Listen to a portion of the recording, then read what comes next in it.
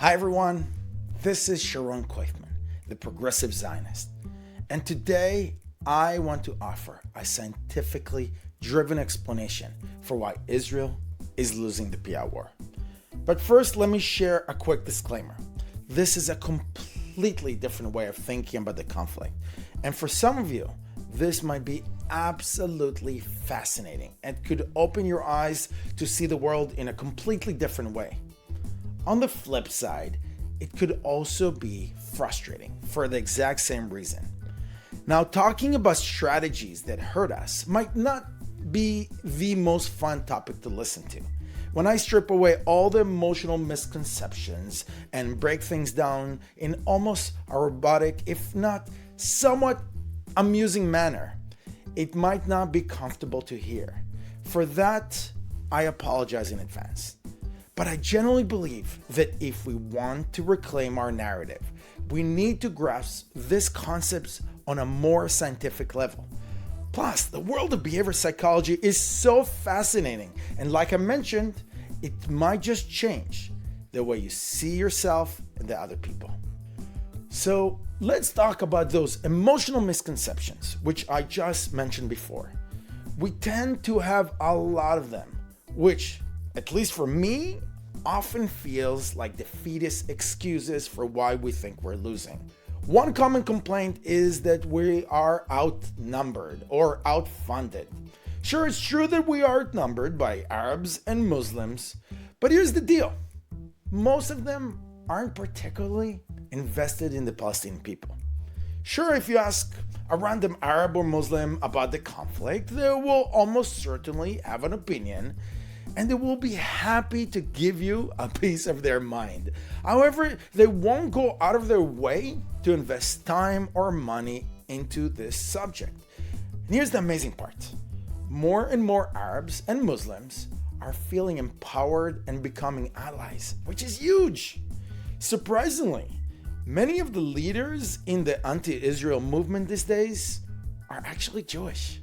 So the only reason we feel outnumbered is because many people who shouldn't be anti-Israel have drank the Kool-Aid. Now, what about being outfunded?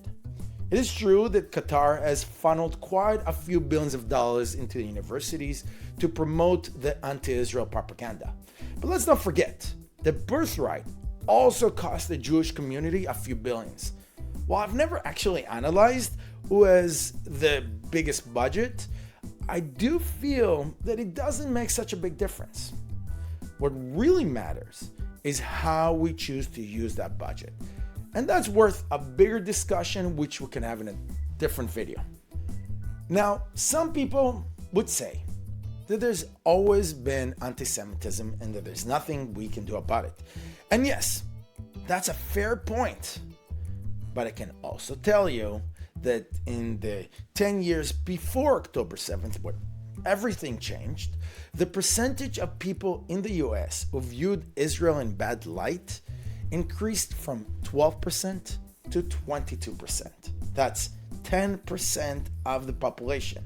So while I agree there's always been some haters targeting Jews or Israel, which is a constant, the amount of anti-Semitism is not.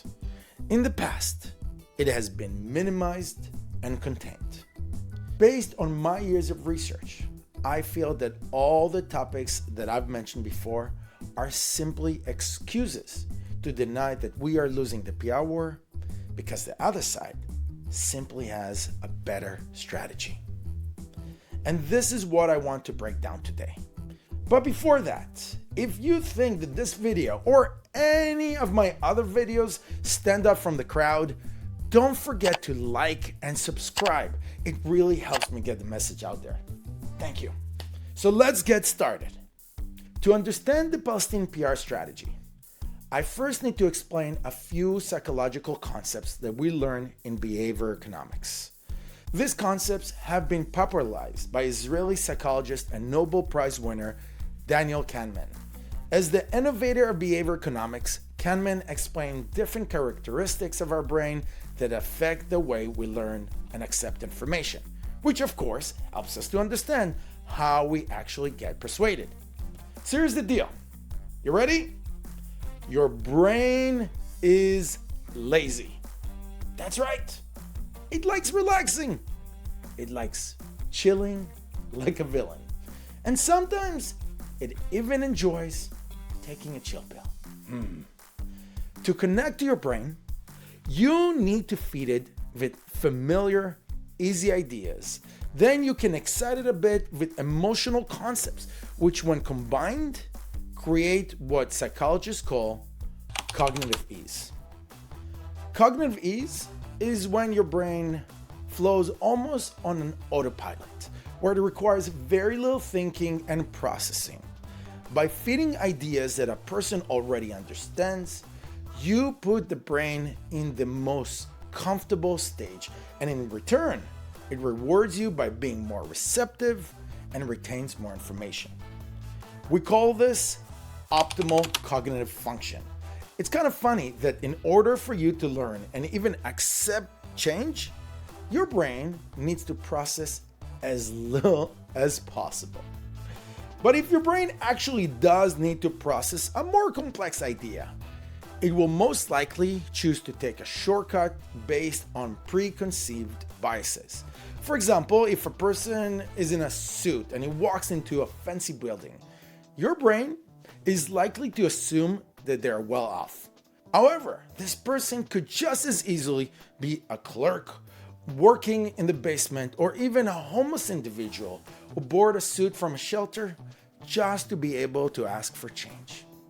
We call this cognitive bias because you create assumption based on an idea that you've already accepted rather than just learning the whole story. You know the expression, judging a book by its cover? Judge a book by its cover! It literally meant to define cognitive bias. The evolutionary purpose of this is that our brain needed to make quick decisions to protect us. Think about it. During the hunting and gathering days, if a lion was staring at a human prey, a person who would want to know the entire story could have potentially tried to find out if the lion just wanted to be his friend.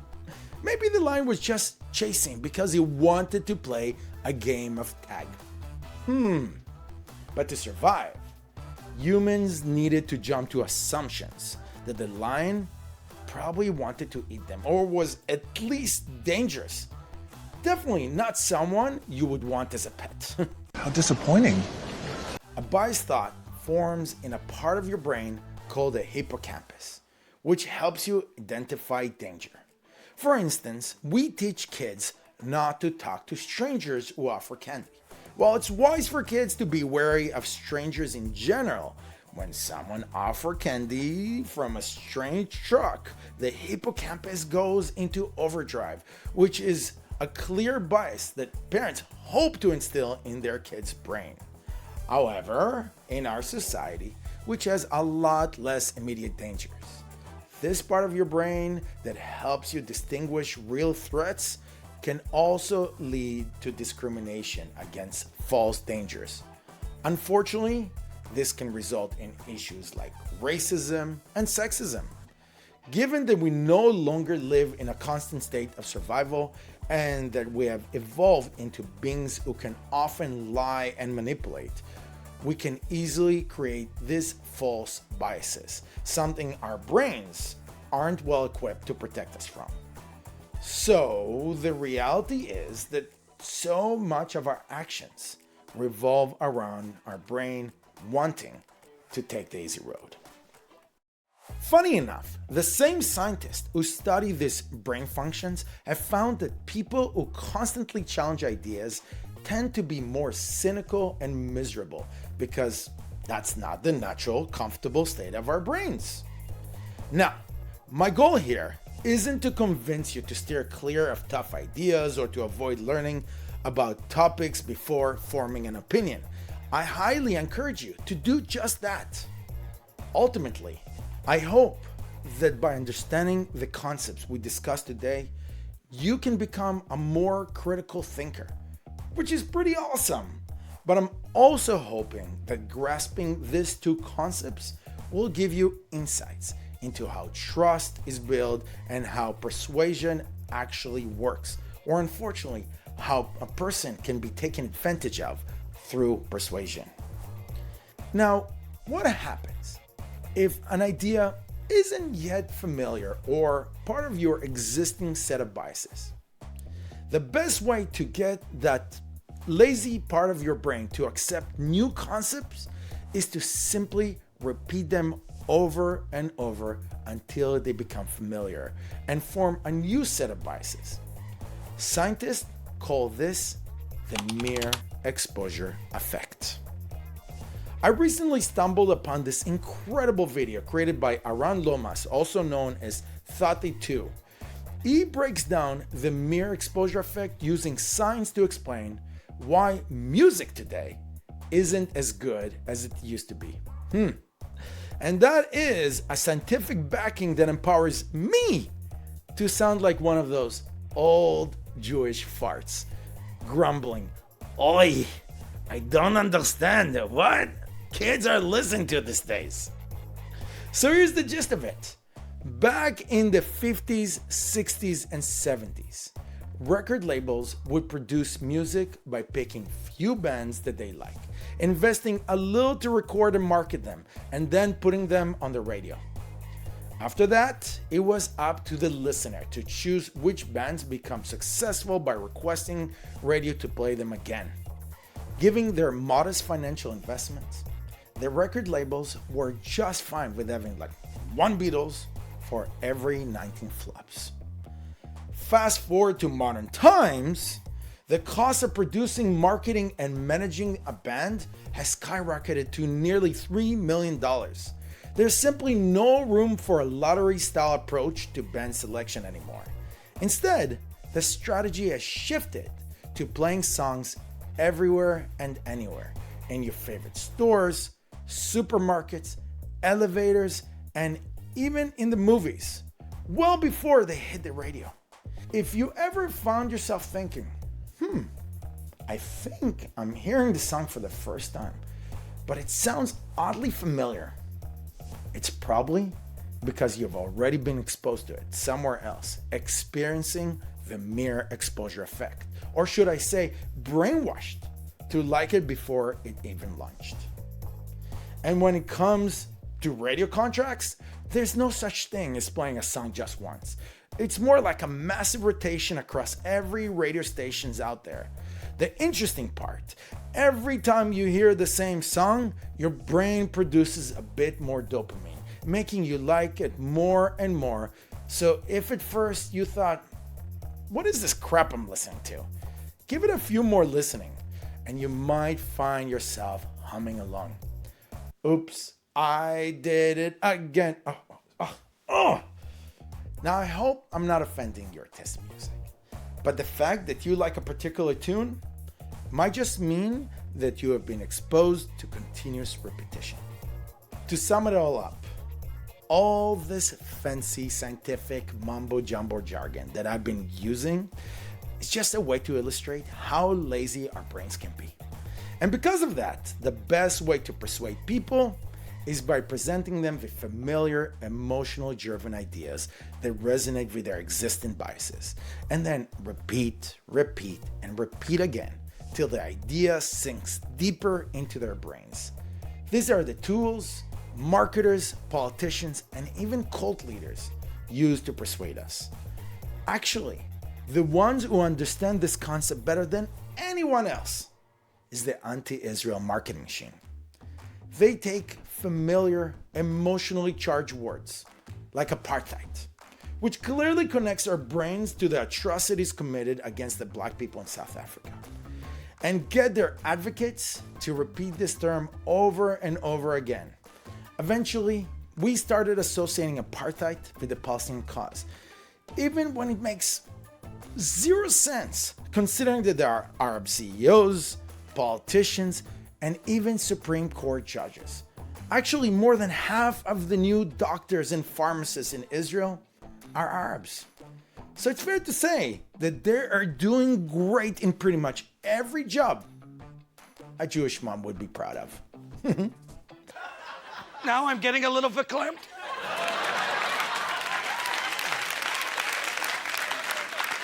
talk amongst yourselves. This marketing machine also loves to throw around terms like occupation, genocide, and ethnic cleansing. These concepts create powerful connections to historical atrocities that makes them familiar and emotionally driven, which is what we need to achieve cognitive ease. Then they play on our biases by taking all the Arab refugees in the 60s and renaming them Palestinians. This creates the false assumption that people who share the name of what was the region called before are somehow the original indigenous people. And yes, for those who might be surprised by that statement, you have fallen victim to the mere exposure effect. Before 1964, when the PLO was created, the Palestinians were simply referred to as Arabs or Arab refugees. While it's tough to say that no Arab in Palestine ever named himself after the region, there was certainly no organized group or leadership that named themselves Palestinians. I actually dive into this in more details on my site, israelactivist.com. Please feel to read more. But let's talk about something even more persuasive. Palestinians have been held down by their own leadership for generations. There's no stronger natural bias than feeling sympathy for those who are suffering. Anyone with a heart and without context would intuitively assume that the Palestinians are the victims and their better off neighbors must be the oppressors causing all this suffering. Now, these assumptions weren't completely off base. While the Palestinians do instigate violence and harm Israelis, there's no question they are also suffering and facing oppression. But that oppression does not come from Israel, but from their own leadership and outside parties like Iran, UNRWA, and Qatar. In fact, they're kind of being oppressed by the entire world that funds UNRWA and promotes the Hamas narrative, ultimately encouraging more suffering among Palestinians. I know these are very loaded statements that again truly deserve their own dedicated video, so I'll have to move on. Now, my worst pet peeve is the numbers game. If we set aside the fact that the Palestinian leadership uses their own people's suffering as a marketing tool, a common assumption is that when one side has more deaths than the other, that side cannot possibly be the instigator of the problem. That is a solid cognitive bias, beside that in the real world, the countries that often instigate a war end up losing a lot more lives. So this is their game, and it is a perfect formula that has led so many people to believe the Jews are the new Nazis or the white oppressors in South Africa. And don't forget, these ideas are super easy to repeat over and over again, which is the key to any successful marketing strategy. It's so effective that even the wildest claims like Jesus was a Palestinian are gaining traction in these days. This is simply a result of the mere exposure effect, where repeating an idea again and again could eventually legitimize insanity. While the anti-Israel marketing machine keep their ideas simple, familiar, and easily repeatable, they've also developed a strong strategy to drown out opposing narratives.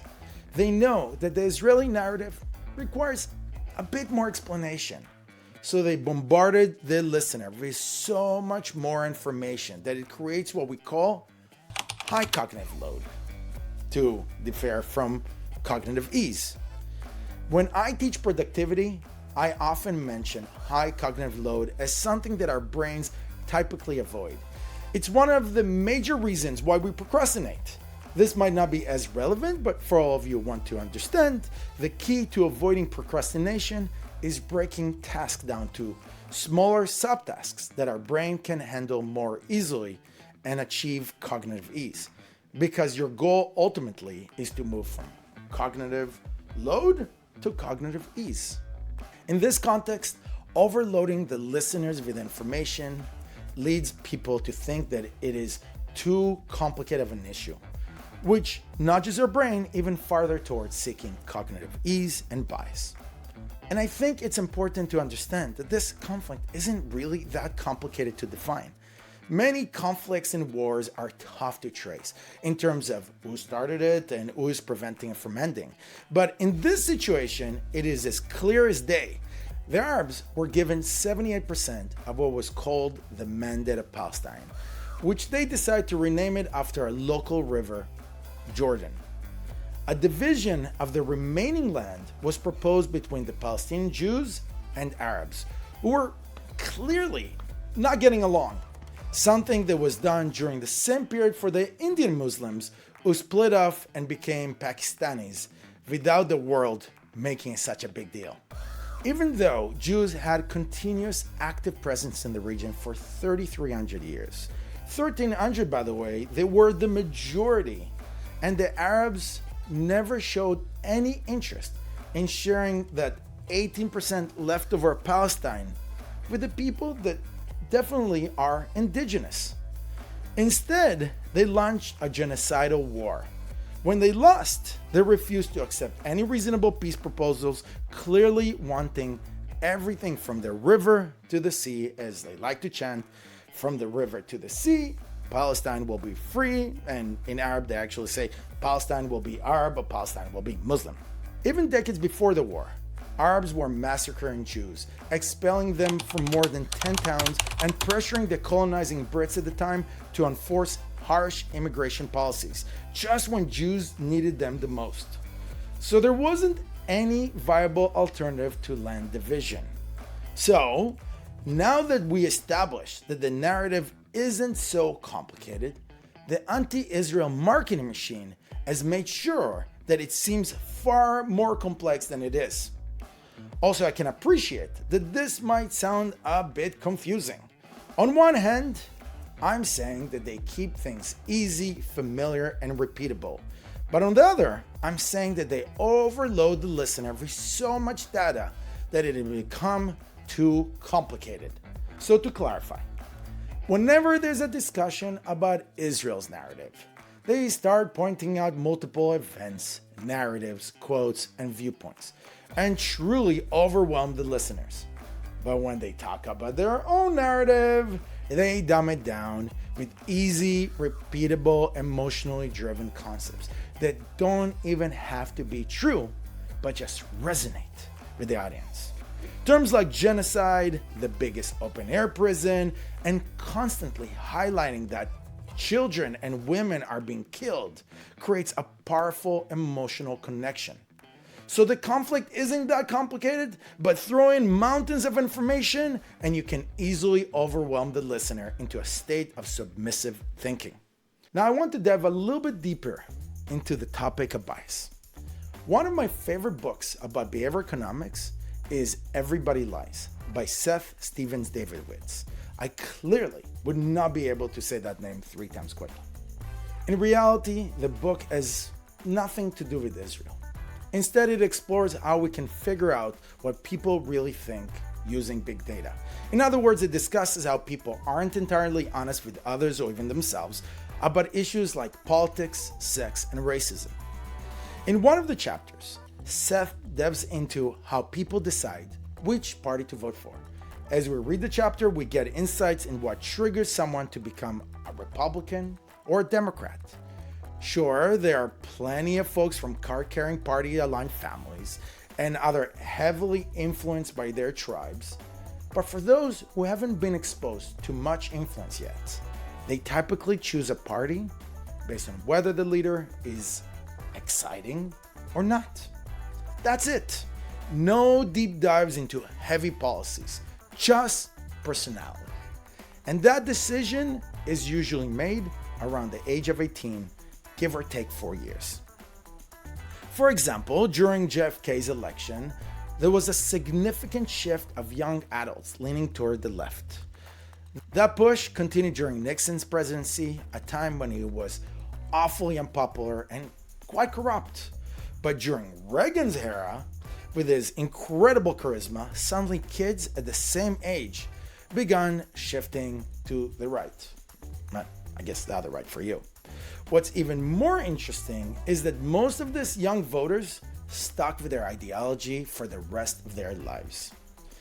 As I mentioned before, bias is built as a defense mechanism. From the moment we're born, we start associating with the language we hear in our womb, which connects us to the people speaking that language. We build trust with the first people we meet, our parents. From there, we develop our first set of biases based on their guidance. To be clear, we form biases from the moment we're born, often based on the first pieces of information our trusted caregivers give to us. First our mothers, then our families, and later our tribe that we identify with. In other words, the first is a big deal. Around the age of 18, give or take a few years, we start voting and our interest in politics begins to develop. Now, it might not be enough to dive into the nitty-gritty of politics. Actually, to be fair, most people don't have the bandwidth for the nitty-gritty, considering the high cognitive load that we discussed that comes with political engagement. So more often than not, we end up associating with the character of the first leader we encounter when we start taking interest in politics. And if they are awesome, we stick with them. But keyword is first, because that's when our brain are most receptive to new ideas and positions. This also applies to brands, sport teams, or any other ideology that we have. Reaching these first-timers involves a cognitive bias known as primacy effect.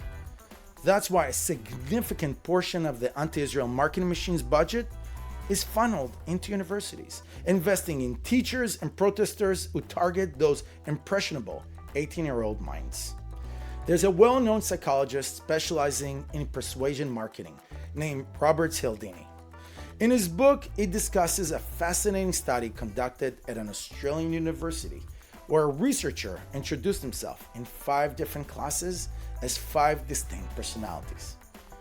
In the first class, he went in just as a student. In the second, he took the role of a demonstrator. By the third class, he was a lecturer, then a senior lecturer, and then finally, drum roll please, a full-blown professor. After chatting with this researcher who was playing all these different roles, the students were asked to guess the average height of the 5 personalities from the other classes. With each status upgrade, students estimated the personalities to be about half an inch taller. I know, it's pretty weird, right? They literally perceived the professor to be 2.5 inches taller than the student, who again, to be clear, was the same person, and no, he was not wearing high heels with his professor outfit. So what does it mean? Well, it turns out that university professors carry such immense perceived authority that it actually skews how students perceive them. And for all the short folks out there, I apologize, but height does influence bias. Just think about it. Animals often make themselves look taller to intimidate or gain the trust of their opponents. Professors create a sense of trust simply by being called professors. It's all about the title. With that title, they tap into a whole pool of fresh minds, which is how they get lots of firsts, or as we call it, the primacy effect. The anti-Israel marketing machine totally understands this, and it's their secret weapon for getting the most bang for their buck. Although not quite as authoritative, human rights advocates definitely score some brownie points on the human rights scale. Just the fact that they're pro-human rights and pro-protecting the suffering Palestinians, they earn instant trust from anyone hearing them for the first time. So when you mix authority with the primacy effect, you get this potent cocktail that has led countless students and sadly, future leaders to drink the Kool-Aid. But here's the big question.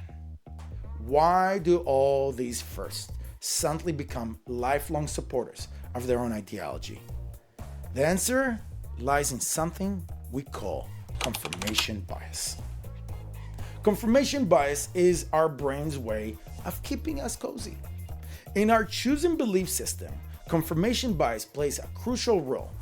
Essentially, it means People keep exposing themselves to information that confirms their own pre-existing views. They tune into news channels that echo their beliefs, read articles that align with their opinions, and go out of their way to research ideas that reinforce what they already think. It's like our brain has a built-in need to validate our own ideas. Confirmation bias explains why we can stick to one side of the fence for a long time, or in some cases, forever. And today, thanks to social media, confirmation bias has become a massive beast. We no longer need to search for our own information. Whether it's Facebook, Twitter, or YouTube, the algorithms simply feed us exactly what we think we want.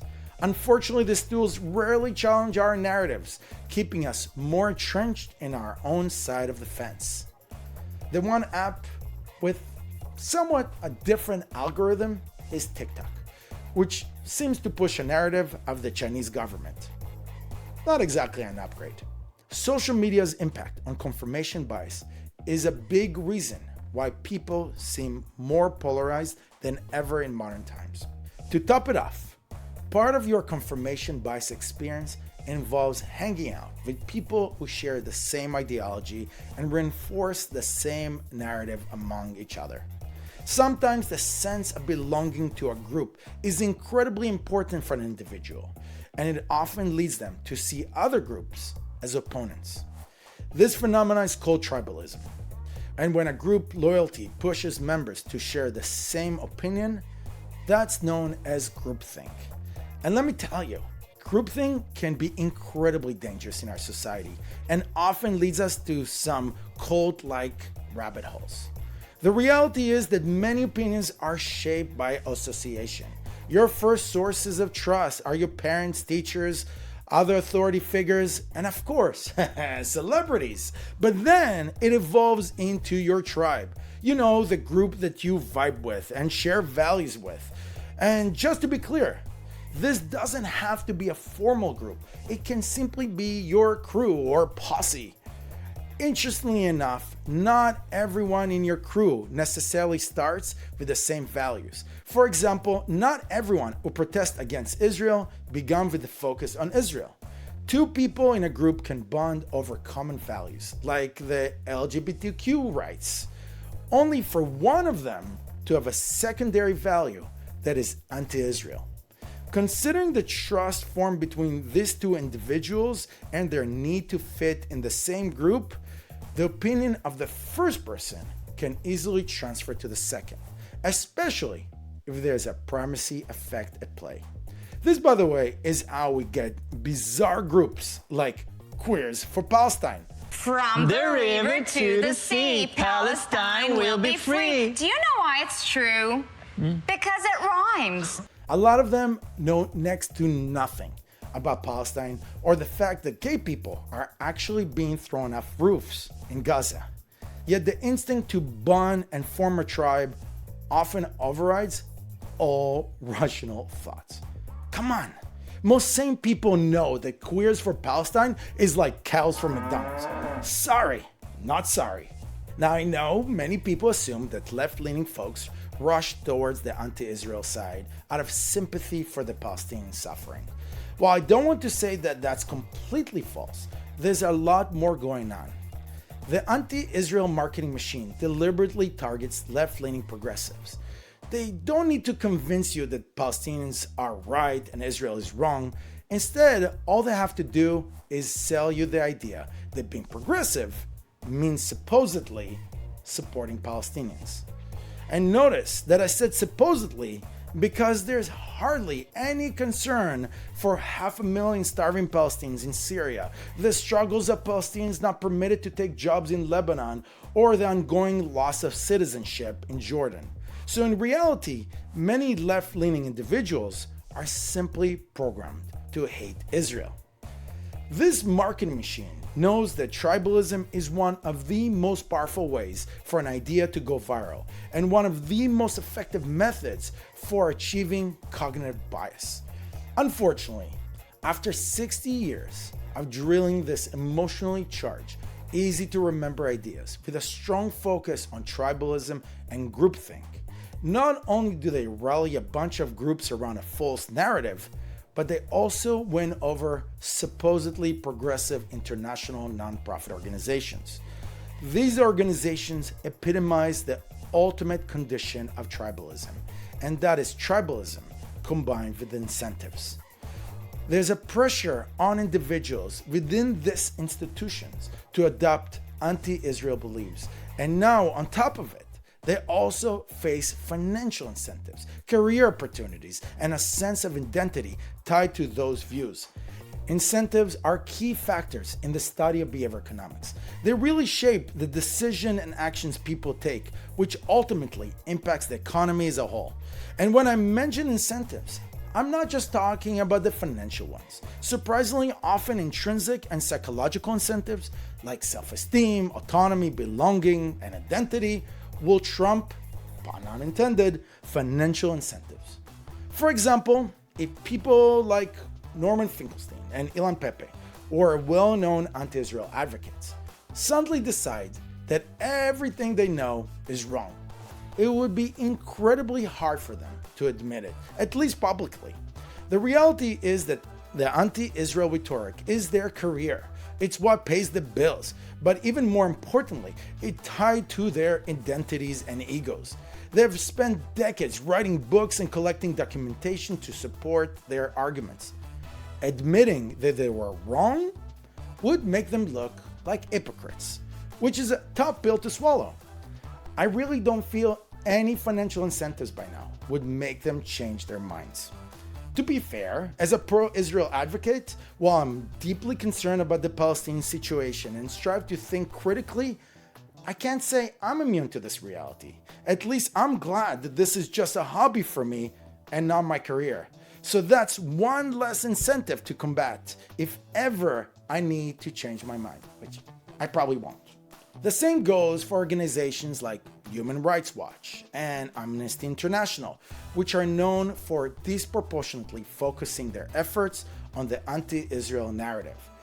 They can't just wake up one day and say, "Oh, sorry, everything we've been telling you before is wrong." That isn't going to happen unless there's a complete change in leadership. On top of their tribal connections, which foster groupthink, there are also financial and psychological incentives at play.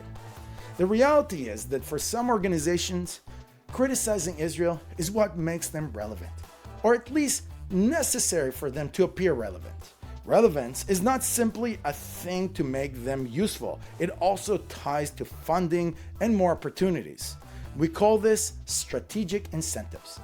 One of the best examples for this is the United Nations, a democratic organization that represents mostly upside-down dictatorships, which really means they're not very democratic, if that was not obvious. They not only rarely solve any human rights issues around the world, but often end up being accomplices helping brutal regimes carry out their crimes. But as long as they invest in Israel, they remain relevant. I'm sure many of you would not appreciate hearing this, would not accept what I'm saying, considering that the United Nations has marketed itself as the world's savior for almost a century. But if you just check how the UN Human Rights Council and pretty much every other UN body continuously proposes more resolutions against Israel than the entire world combined, just that should alarm anyone. By the way, it's actually twice as much as the rest of the world. And let's not forget, heavy human rights violators like Iran, Russia, and China are often some of the leaders in those departments. If it's not obvious for you, I hope it gives you at least a bit sense of doubt that the UN is not a source of good, but a tool for extreme human rights violators who need a system for scapegoating and diverting attention from their own crimes. It's a reality they share with the ICC, or as I like to refer to them, the IKC, the International Kangaroo Court. So, to summarize, the anti-Israel marketing machine has managed to co-opt numerous organizations by combining tribalism with incentives.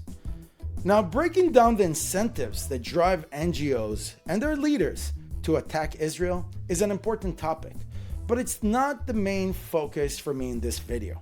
I actually delved into it as an introduction to understand the next strategy used by the anti-Israel marketing machine, which is social proofing.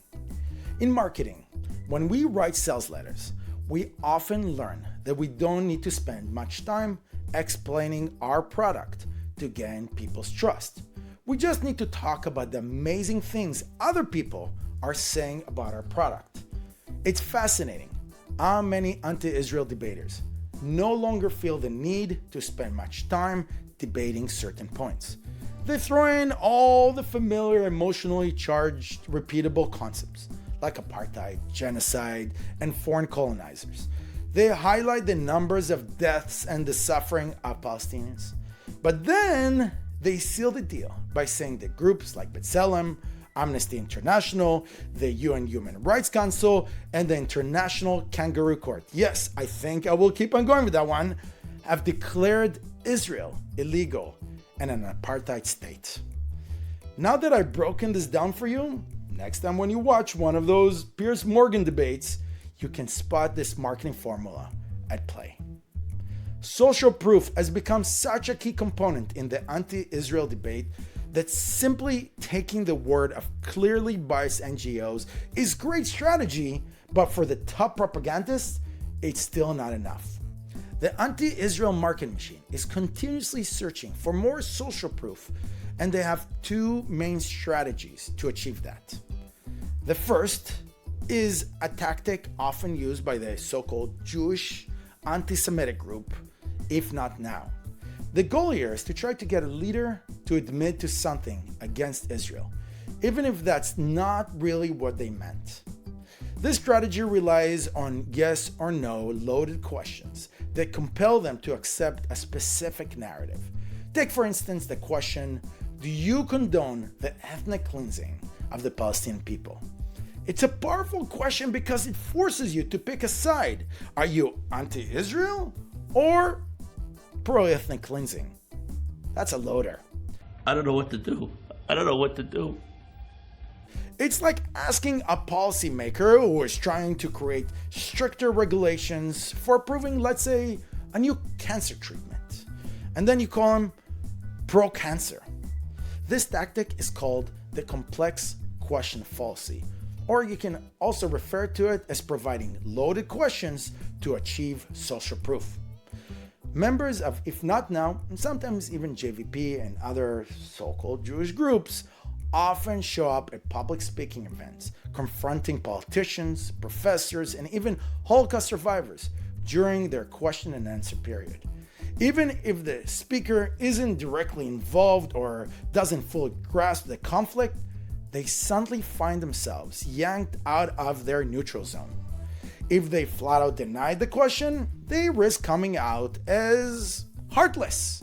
Politicians are doing their best to tread carefully in the discussion about the Israeli-Palestinian conflict, but anyone who completely dismisses these provocateurs runs the risk of sounding like they're ignoring Palestinian suffering. And let's be honest, nobody wants to be that person who seems pro-ethnic cleansing. This tactic works particularly well on politicians who kind of lean a bit toward the anti-Israel camp. While they might not fully agree that Israel is committing ethnic cleansing or genocide, they often feel pressure to accept the question just to avoid appearing pro-Israel. Sometimes they try to neutralize the rhetoric by acknowledging the ethnic cleansing while also conceding that there are crimes committed against Israelis. But once they accept that inflammatory language, the agitator gets what they wanted, a quote or even a video clip. Unfortunately, once you're on record saying some stupid shit, it lives on the internet forever, and it can easily be used as a social proof to claim that a leader has stated that ethnic cleansing is being committed against the Palestinians. Another strategy often deployed by well-known anti-Israel debaters like Norman Finkelstein or Mehdi Hassan is to continuously find quotes from Zionist leaders to back up their narrative. This approach is compelling because it draws on figures we respect and admire, making us question how is it possible that they share common opinions with Norman Finkelstein. Now here's the reality. People say stupid shit all the time. We already established that.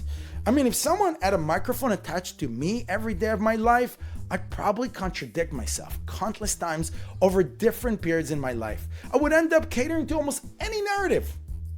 And if you're a person of influence with followers hanging on your every word, it's even more complicated. And for politicians, it's a whole other ballgame. They have to appeal to different voter bases, often saying different things to different groups in hope of gaining some broad support.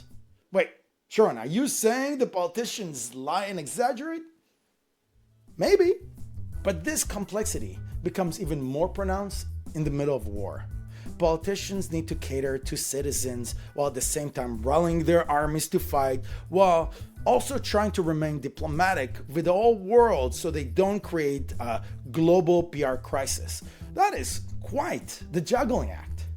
Now, if you ever watched any political debate in the Western world, you probably noticed that the leading party in the eyes of their opposition can rarely do anything right. Their actions often get compared to fascists and Nazis. There are so many disagreements, there are so many insults, and an abundance of quotes from leaders completely dismissing the action of their opposition. It's quite easy to find a quote from the leader of the opposition claiming that the action taken by the current government are the worst, and the leaders executing those actions are the worst people in the world. This isn't an Israeli phenomenon. It's happening in England, Sweden, Canada, the US, and pretty much any democratic country. Honestly, I can't recall any US president in the last few decades who hasn't been compared to Hitler, at least once. That's the downside of running a democratic country with the freedom of the press. And by the way, this is not just a question of political rival parties, but different army factions or law enforcement organizations like the FBI, CIA, and NYPD. Come on, how many times have we seen those movies where an agent from the FBI or CIA shitting on the local police and the local police get their revenge and blah, blah, blah? Just imagine someone just sitting there and recording every bad thing that they had to say and use it against one another. In democratic countries, you can always find someone dumping a big load on an opposing group within the same country or with another allied country. It's just what they do. If someone is just sitting there looking for bad things to say about a country, nothing would drive their point home more than collecting quotes from these mainstream leaders who make the points on their behalf. Now, there's a term for when quotes from leaders and politicians are taken out of context and then used as social proof. It's called quote mining. And folks like Mehdi Hassan and Norman Finkelstein have truly mastered that skill. So let's dive even a bit deeper into why open democracies, especially Israel, get criticized so much. There was a New York senator named Daniel Patrick Moynihan, which I probably butchered his last name. I apologize. You can fix it in the comments. Who served from 1977 to 2001. And as it turns out, he was also a sociologist. He came up with a theory called Moynihan law, again, I apologize for the pronunciation, which was introduced to me by one of Douglas Murray's videos. This theory suggests that open democratic societies, thanks to freedom of the press and access to information, often appears to be far bigger human rights violators than those evil upside-down dictatorships that prevent any information from coming out. It's kind of like the mere exposure effect. The more you hear about something, the more significant it seems, whether it's true or not. But we all know that the silent and deadly ones are the ones we should really be worried about. Phew, who did that? Now, this is especially relevant to Israel, which isn't just the only open democratic country within 1,000-kilometer radius. But criticizing the Jewish nation might be one of the only freedoms its neighbors have.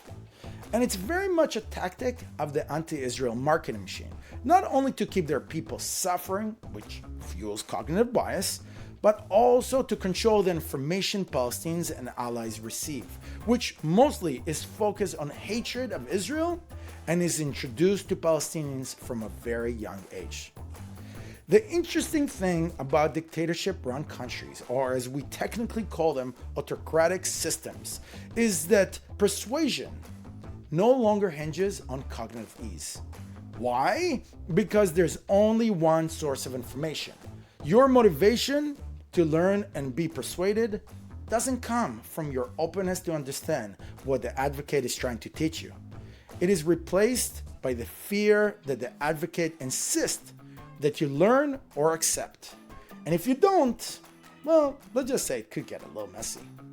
I'll make him an offer he can't refuse. In an open society, when information is sometimes delivered through fear, it occasionally works as a tactic. That's because the part of the brain responsible for emotion, called the amygdala, often takes charge. But here's the twist. The prefrontal cortex, which handles analytical thinking, sometimes pushes back against our emotional responses, helping us realize that those emotions might not be so accurate. This can even spark new feelings, like anger towards those who try to instill fear in us, which can cause the whole strategy of using fear to backfire. However, in an authoritarian system, the threat is very real, meaning the two dominant parts of your brain are usually on the same page, which most of the time leads you to a point that you're no longer motivated to challenge these ideas and accept whatever is fed to you so much faster. In these situations, having a single source of information means there's no longer a need to fight for the primacy effect. You don't need to be the first if there's only one opinion, and you can brainwash fresh minds even at the beginning of their tribal journey, not just at 18, but when they're kids. Of course, that means there's also no tribal opinion. And while the incentive could still be financial or rooted in pride, the top priority, of course, is not getting hurt. In other words, persuasion accelerates in this condition much faster. The only thing that does not change in an autocratic, fear-based persuasion is the mere exposure effect. Whatever willpower you have left to challenge the ruling opinion, your thoughts will eventually dwindle due to the repetition and the lack of alternative viewpoints to confirm your biases. Interestingly enough, many people start to get accustomed to the status quo and forget that it's all about fear. Sometimes they even perceive democratic societies with multiple opinions as evil. I love democracy. I love the Republic. It's a wild world out there.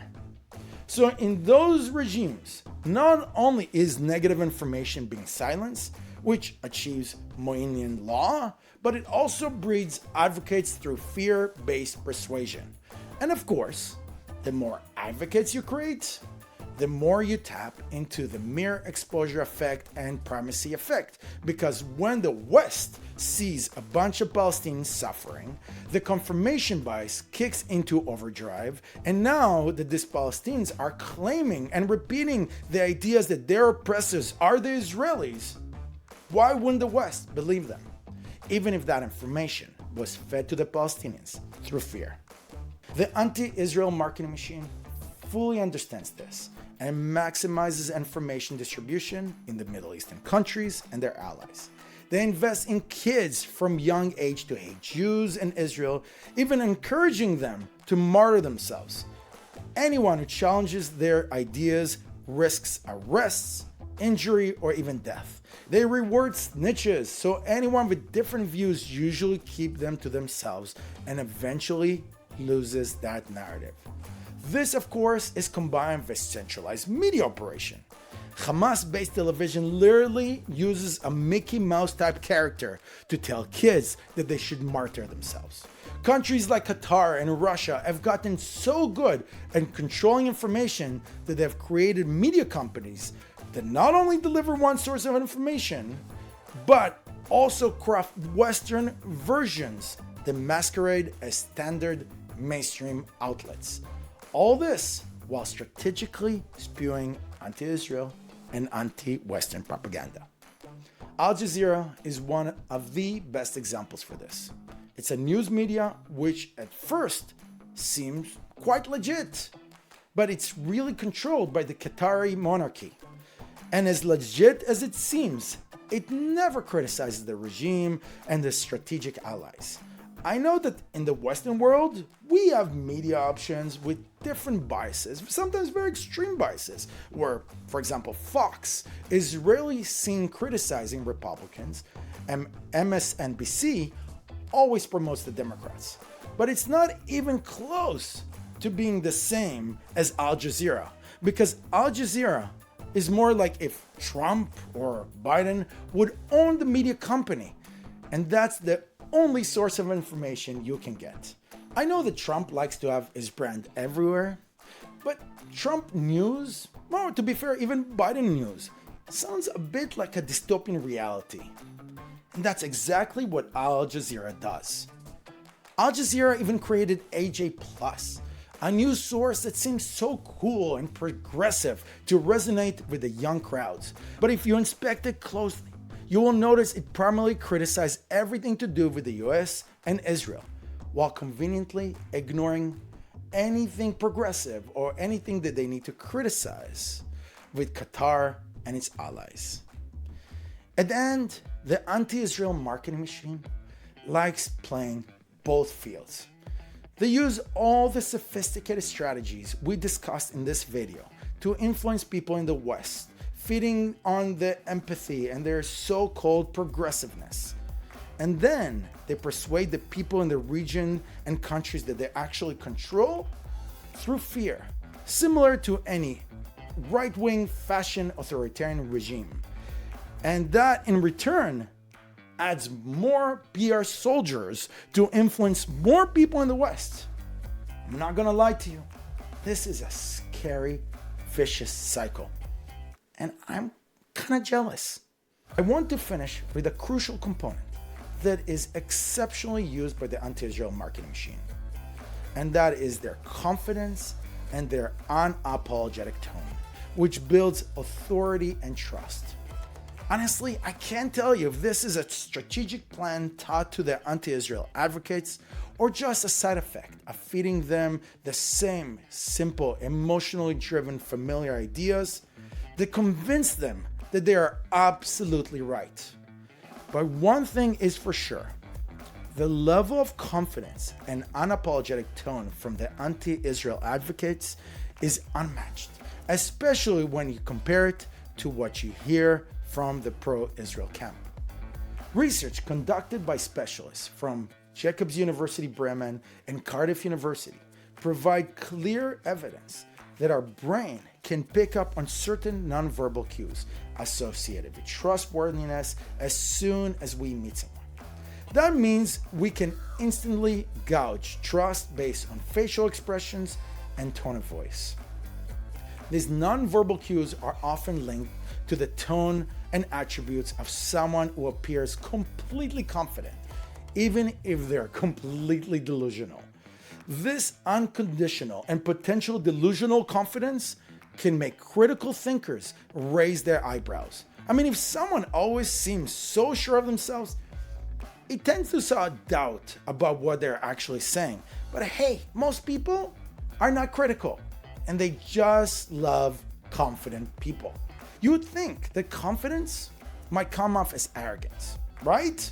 Surprisingly, that rarely is the case, especially where it comes to the anti-Israel narrative. Any bad vibes that comes from sounding arrogant are quickly overshadowed by the so-called good intention tied to the so-called humanitarian cause. And yes, I'm aware that I'm quoting a lot of so-colds, because even when they take over universities, exploit and cheapen other human rights movements, harass Jews, and just generally act like total assholes, their involvement in their humanitarian cause often translates to empathy, which earns them some major authority brownie points.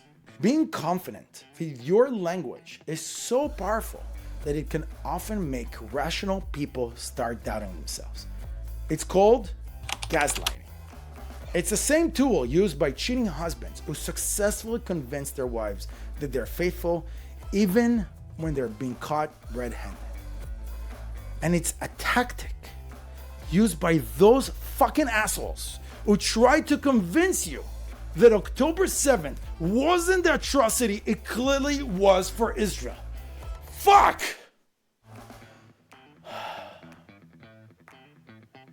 So let me summarize. If you want to be an effective pro-Palestinian advocate, here's what you need to do. 1. Deliver familiar, emotionally driven ideas, such as apartheid and genocide, to achieve cognitive ease. 2. Offer them a thinking shortcut based on their already preconceived cognitive biases, so they don't have to think so much. Like, suffering Palestinians means Israel is the oppressor, and giving a name to a population that associates with the previous name of the region automatically gives you indigenous claims. This is cognitive bias at its best. 3. Make the arguments of your opponents feel overly complicated to create a high cognitive load, so your brain automatically resorts to find easier answers. 4. Combine authority with a primacy effect by investing in professors and young protesters who will try to reach out to as many fresh minds who are learning about the topic for the first time. 5. Get involved with as many human rights organizations and protests to make anti-Israel advocacy synonymous with human rights. Then let tribalism and groupthink do their magic. 6. Speaking of tribalism, you can easily accelerate with financial and emotional incentives to a level that will get you well-to-do, reputable, progressive institutions on the anti-Israel wagon. 7. Once you have them on board, use these groups as a social proof that your anti-Israel arguments are legitimate. 8.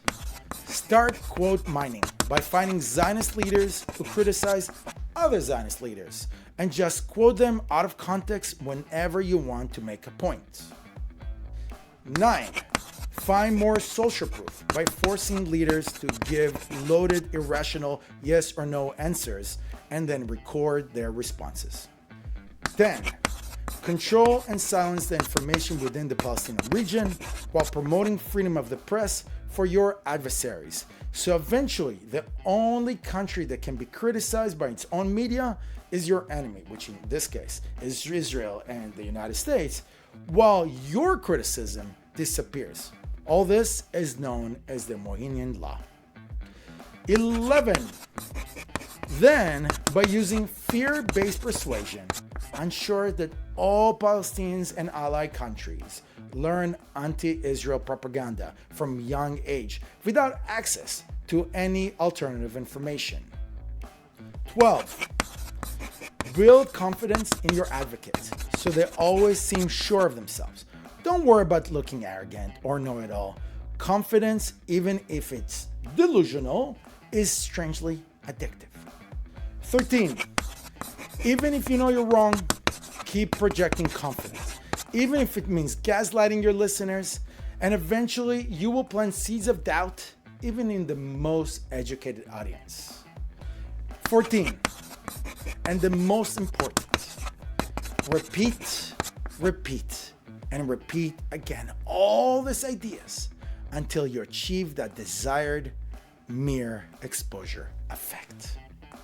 In fact, the power of repeating a message with unwavering confidence really trumps all other strategies combined. But of course, it's much easier if you have a message that is easy to repeat and replicate, which the anti-Israel marketing machine has done brilliantly.